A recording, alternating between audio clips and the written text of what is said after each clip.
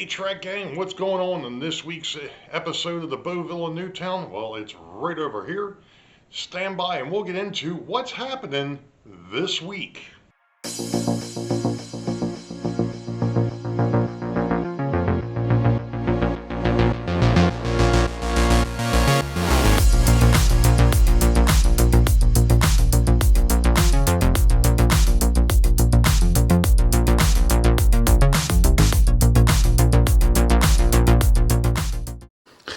Well, hello Trek Gang, and welcome to episode 30 for 2025. It happens to be September the 1st, 2025. You know how we've been talking about projects? Well, sometimes things fall into your lap that you weren't expecting. I guess it goes back to an old Murphy's Law, or just a law of life and period, of life in general, and that is, life is what happens when you're planning something. So, what am I talking about? Why am I babbling? All right. I guess it's been about a month and a half, 2 months ago. And this is going to be a little convoluted. My sister-in-law's husband's brother actually lives 3 doors down from me. In fact, when we first looked at this house, his son ran a lawn mowing business, or a landscaping, and his trailer was actually in the garage. So, at any rate, which kind of worked out, you know. Any rate, he saw me in passing, like I said, about 2 months ago, and said, "Hey, wait a minute, Ray." He says, "You're the train guy, right?" And I'm like, "Well, yeah." And he's like, "Listen," he said, "I had a friend of mine give me some trains. Would you mind taking a look at them and tell me what I've got?" "Sure, no problem." He says, "I'll get with you when we get a chance." All right, fine. Well, we've been going back and forth for the last couple of weeks, easy. And really, in reality, he's having his house renovated.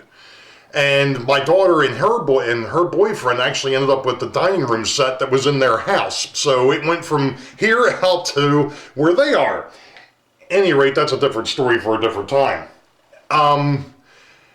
So he hits me up Saturday while I'm out on the water with my brother. And I think actually at the end of this video, I'm going to go ahead and post some of the pictures, because I did post them to Facebook. But I'll post them in here.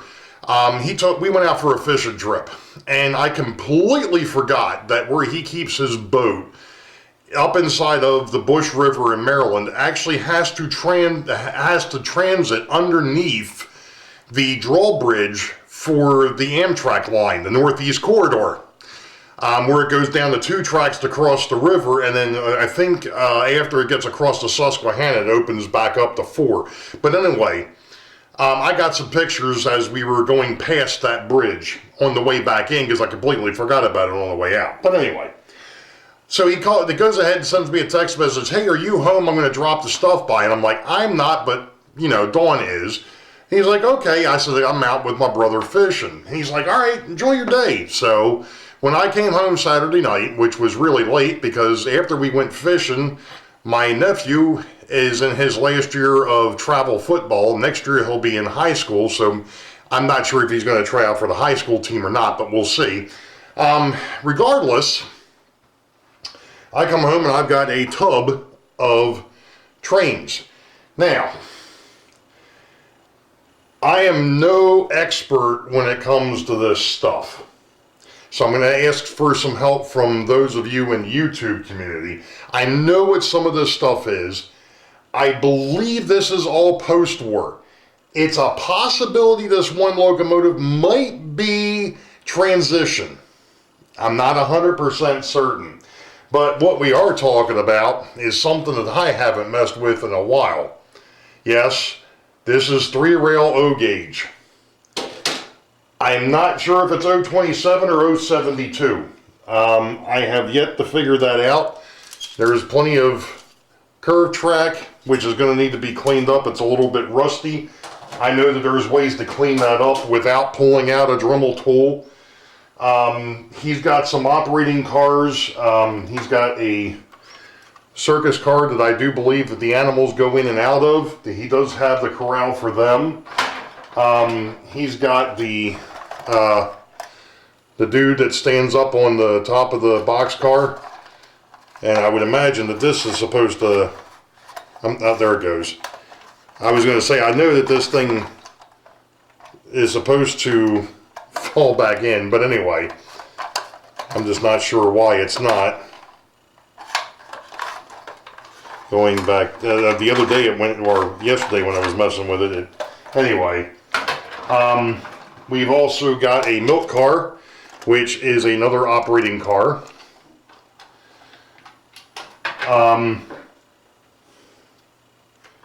We've got a street car. Oh, isn't that, I was always wondering about that. That's neat. That's how they do the reversing with these things. Okay, cool. Well, I just learned something that I didn't expect. He's got an auto loader, which only has really one good vehicle. The other vehicle, not so much, but that's okay. And, of course, he's got a caboose. There are two flat cars, neither of which has a load, but this is the bigger one of the two. I'm going to have to back up for this one. This is all metal. I was looking to see if there was a, it just says a machinery car. It doesn't tell you the date. Unfortunately, I don't think he has the load for this. At least I didn't see it. There is one plastic flat car that unfortunately is warped and it's broken, and that's how I found it in the box. I'm sure it's repairable, but I'm not 100% certain how I'm going to get the warp out of that, if it'll come out. That's going to be the bigger thing. I'm not sure how that's going to work. But the thing that I'm really interested to mess with, oh, and this daggone thing weighs about 10 pounds, if not more. Now the Sidetrack Sunday gang has already seen this thing, but yes, it's a Pennsylvania GG1. Now, you'll note that the pantographs are missing. There's one of them over here on the table. The other one is in a bag of spare parts. So, what is the plan here? Well, the plan is for me to take a look at this, see if it's operational, and then obviously let him know, and then go from there. He wants to get this set up for his grandson, which, sure. There also is a transformer. It's a TW transformer. I just went and looked this morning for the instructions so I know how to set this thing up, because like I said, I don't mess with O-gauge. So the first thing that I am going to do is I'm going to go back and clean off my workbench, and then I'm going to open up the street car and I'm going to open up the GG1 and make sure that everything inside is in decent working order before I apply power to it, because I have no idea the last time that this has had any type of electric put to it. That's the first thing. And then maybe after that, maybe what I'll do is I'll turn around and maybe try to set up some track out here, I know I've got some, the Scotch-Brite pads, and see if I can't clean the track up a little bit, and we'll see if we get something to run. So this episode 30 is going to be a little different. I know I've got stuff that I need to do, but I want to take a look at this. I really do, because like I said, I've never messed with it. I messed with O-gauge when I was over at my other place, because I had a friend of mine that was given to his son, and his son didn't know what to do with it. And I looked at it, cleaned it up a little bit, told him what he had, and then he went ahead and took it, and I think he took it to a dealer, and the dealer bought it off of him. So, at any rate, so that's what we're going to do. We're going to go ahead and swing back to the bench. We'll be back. Well, I don't know how well it's going to show up on camera, but two things. I just got finished working on the streetcar, and it runs. It was dirtier than heck, as to be expected. I had to do quite a bit of cleanup on the brushes and the commutator. I've still got to clean the rollers here a little bit. I think that'll help it out a lot. But it does run. It's not very quiet. But then again, you know, I'm not sure how quiet it's actually supposed to be. I mean, these things are, I mean, even for this thing, it probably weighs a good 2-3 pounds. So I'm going to finish cleaning up the rollers here, and probably taking and see if I can clean up these wheels. I did get these cleaned up a little bit. They don't look too bad. I just don't know which, I don't know if it's the geared pair or the freewheeling pair that actually picks up power from the rails. I do know, obviously, that these pick up from the center. The rollers pick up from the center. And of course, you all couldn't see any of that because I've got the magnifying glass in front of me. But yes, so success. It runs. That's a good start. I'm going to go through, clean up the rollers, and do a little bit more maintenance. I did go ahead and re-grease. The thing of it is with this, I could not get in where I wanted to, which was to see the gearbox. And I have a feeling there really probably isn't much of a gearbox to this. I was able to pull the cover off of here and get to the brushes. And like I said, the commutator. So that's all cleaned up now. That all looks good. It's got good pickup from what I can tell, at least as far as putting power straight to it. So let me finish cleaning this thing up a little bit, and then we'll dig into the monster in the back. So we'll be back. Okay, Track Gang. I thought I thought that this thing may have had a serious problem, because one motor, the wheels were spinning faster than the other set, and this is a dual motor GG1, which is impressive. That's probably the reason why the thing weighs close to 12 pounds, or at least it feels like it weighs about 12 pounds. I went through, cleaned it up a little bit. Actually, the commutators on these weren't too bad. They looked pretty good, unlike the street car. That one there was a bit more of a mess. I went ahead and did some work on the wheels a little bit, put some new grease in there, put some new grease on the motor, re-oiled the motor, oiled the bearings, oiled the rollers here and the pivot points.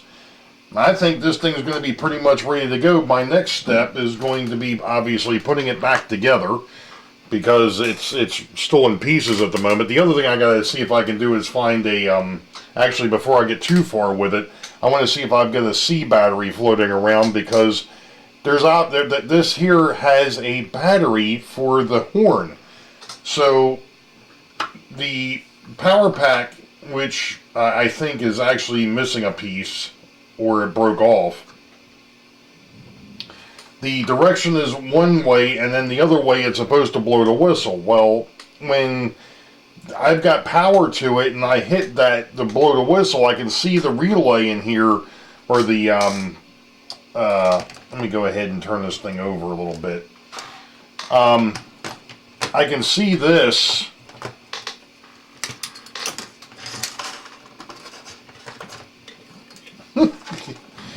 Dragging things all over the place here. I can see this piece here, bouncing up and down. So I know this is working, but obviously I don't get any sound out of that, because this piece back here is where the battery goes, and it's either a D or a C. It might be a D battery. It wasn't corroded, which is a good thing. But I don't have another battery down here to put in here to see if the horn actually works. I did make a mistake when I took this thing apart.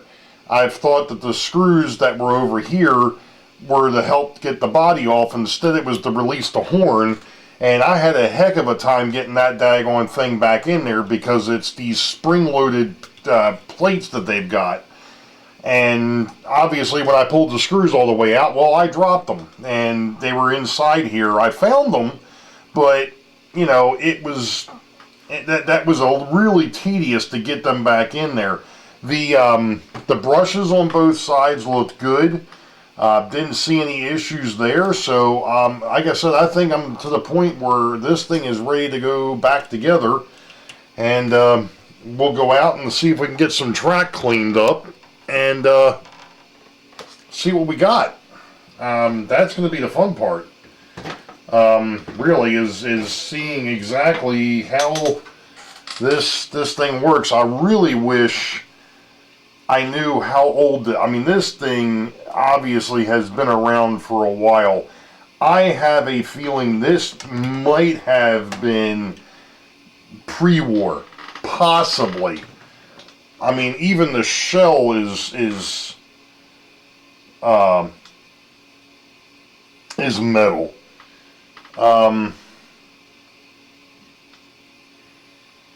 But I don't see any type of a date on here. I do see the outside says 2360, but the inside is stamped as 2330-4. I don't know if that means anything. Like I said, I'm hoping maybe somebody in the community has messed with these before, or maybe I'll just have to go ahead and pull up the as Ron from Classic Model Trains calls it, pull up the Google machine and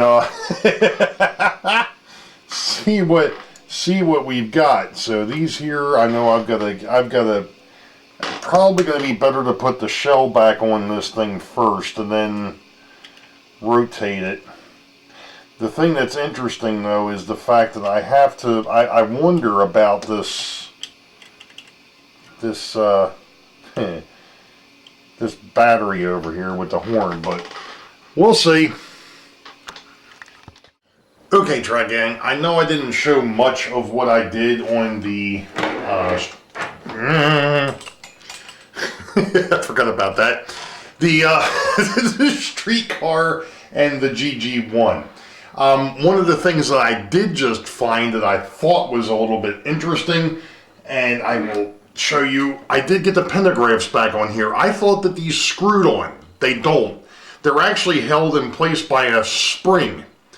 So you just kind of snap it back on. So they're both back on there now. He had a bag of parts, so I've got both of the pentographs back on, and I started cleaning track. Now, how do you clean O-gauge track? Well, I remember seeing on one of the Model Railroader DVDs from the Dream Plan build where they talked about O-gauge, 027, 072, you know, whatever, 3-rail.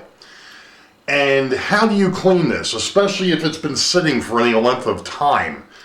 And the fellow on there mentioned just taking a Scotch-Brite pad and running it across the rails. Well, I did that on this pair, and I think they look pretty good, considering the fact that they started out looking like this. So basically, you know, you don't, obviously, for O-gauge and even S, you don't want to use any type of like steel wool or anything like that, anything that's got fiber, magnetic fiber or metal fibers to it. Because obviously with the magnet traction and other things, that's not going to take too kindly inside of the motors. Especially that GG1. That GG1 is a dual motor piece. So what I did, I took my Scotch-Brite pad, this happens to be one of the sponge type, there's nothing on here, and just run it across it.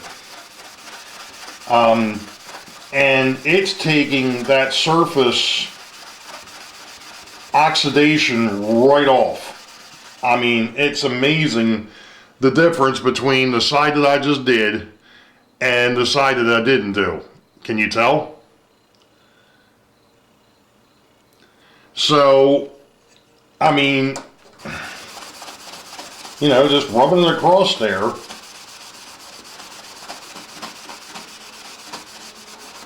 Until you get a sheen. And now, it's all shiny. The only concern that I've got is the rust and the corrosion that is on the pins. I'm not quite sure how to deal with that yet. I'm sure I'll be able to find something. But I am going to sit here and clean clean the track, and boy, this is a dusty job. Oh man. Just so we can see if we can get one of these locomotives, or the locomotive or the streetcar, to run across it. Now, theoretically, I probably should have just done some straight track, but I wanted to see, really in reality, how many of these have to be put together. Oops, that's one of the ones I haven't cleaned yet.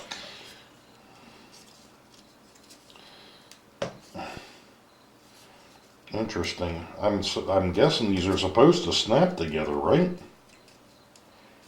Or at least there shouldn't be a gap. Fascinating. I wonder if these pins are a little out of...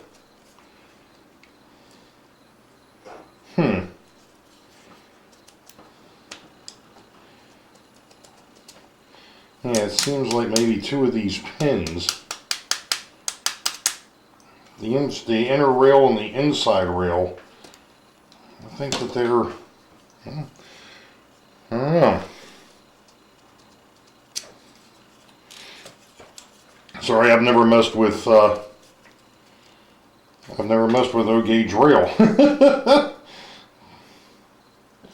It does seem to be a little odd that they're not actually going all the way together. I don't know if it's because of the rust that's on the pins,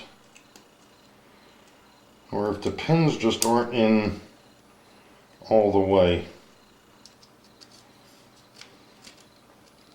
Oh, there we go. That looks better. Okay. I wanted to see how many corners it takes to actually make a radius, and it looks like it's going to take 4.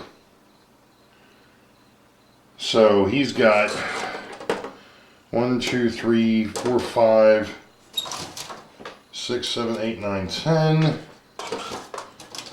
11, 12, 13, 14, 15. Interesting. So we've got 15 corners. Of course, he does have a crossover in here that apparently has a bit of a problem with its third rail. Well, maybe it's supposed to be up like that. Okay. Alright. Huh. Okay. And of course, I'm noticing that there's some of the track is missing the pins too. So, anyway, let me get back to doing this, and we'll see what we get. Alright, Track Gang. Well, it's been a heck of a week. I ended up having to put the stuff away that was on the table over here from the O-gauge, and pardon me for a minute, from the O-gauge stuff that came from that family member that I was looking into for. Namely because we did something this past weekend while there was a sale. As we all know, I got myself a new PC, or actually built myself a new PC. However, the wife's computer was on its last leg, and because of the fact that it was the Labor Day weekend, we went ahead and we finally bought her a upgraded computer as well, so now she is all set and can take care of the stuff that she needs to take care of without fear of being hacked. With that being said, I actually now have her old Dell Optiplex sitting down here, and I was just going through and trying to clean some of the stuff off of it that I thought was pertinent, stuff that she needed. So I was just messing with that, because eventually what's going to happen is, and I've kind of mentioned this in the past, but we'll rehash it here a little bit. I had a Windows 7 machine down here as well.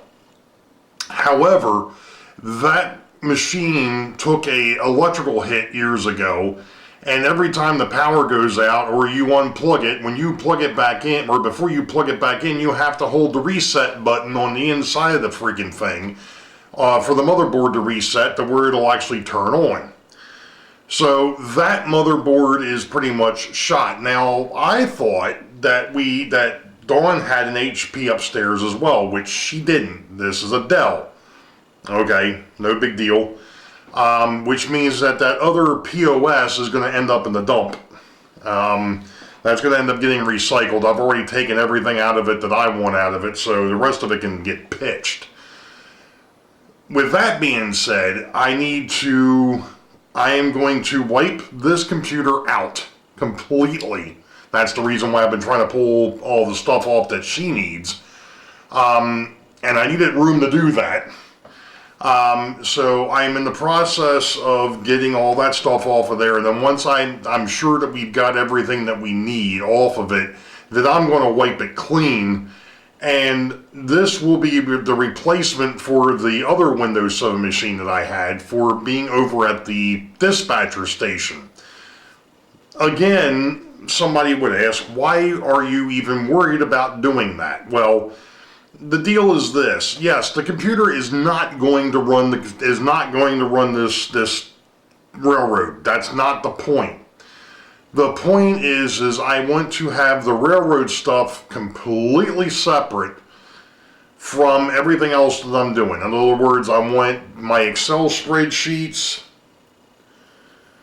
JMRI, and all that stuff to be specifically on that computer, that Windows 7 computer.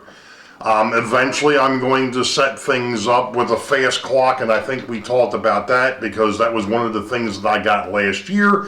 I actually have a projector, and I plan on putting the projector up, having it project on the wall with the fast clock. That is what this computer is going to do. It's not going to do anything else. It's not going to be hooked to the internet by any stretch of the imagination. I don't plan on doing that. But I just wanted something that's a standalone POS off the side, doesn't matter, and it'll just sit there, and that's what it'll do. That'll be it. And it'll just be specific to the railroad. Like I said, it'll have all the information on there for the railroad, anything that any type of inventory stuff that I've done, the stuff with JMRI, a fast clock, whatever, and eventually maybe somewhere down the road it'll do other things. But for the time being, that's what its main purpose of life is going to be, is just to be a paperweight. So, with that, like I said, it's just been a wild week and getting that taken care of, so we're good with that now. I've got nothing else. I haven't done anything else with the railroad. I've got a couple of things coming up that I need to take care of, and I'm going to be trying to get some more stuff done over at the railroad. I did at least get my new control panel cut this past weekend. Actually, I did that either Sunday or Monday. I think it was Monday when I did it, because I had some other things that I had to do around the house. So I figured, well, if I'm going to be outside I might as well go ahead and do that too. So I've at least got the 2 pieces of wood cut that I wanted. I wanted a piece of wood for inside the control panel, and then the actual control panel itself. The more I'm thinking about it, the easiest way to do what I want to do over there, though, is probably going to be to de-rig it, bring it over to the table here, do all the work on it, and then put it back in place. So that's the reason why that is going to be a future project that is nowhere near on the radar at the moment. That'll be one of those things, I'll get to it when I get to it, but I've got all the parts, I've got everything off to the side for it, so when the time comes, we can take care of it. Like I said, it's another one of those projects that I can work on while I'm waiting for paint to dry. Or glue to dry. However you want to look at it. So that's basically it. This coming Sunday is the first Sunday of 1st September. So John number 2 over at the Schuylkill River Valley is going to have Sidetrack Sunday at 8 p.m. U.S. Eastern. There is going to be a slight change to the schedule for this month, though. I will let everybody know that the second and third week, actually I think the third week Bob is still going to cover, but I think there's something special coming up for the second Sunday of this month. So keep your eyes open for that. That'll be on Dave's channel, but I'm not going to spill the beans anymore as to what they've got or what's being planned over there. So But Dave's channel, that'll be in 2 weeks. But this coming weekend is John number 2 over at the Schuylkill River Valley. And you all know the deal. Wait for the highball. Green tracks ahead. We'll catch you all next time. Be safe. God bless. We will see ya.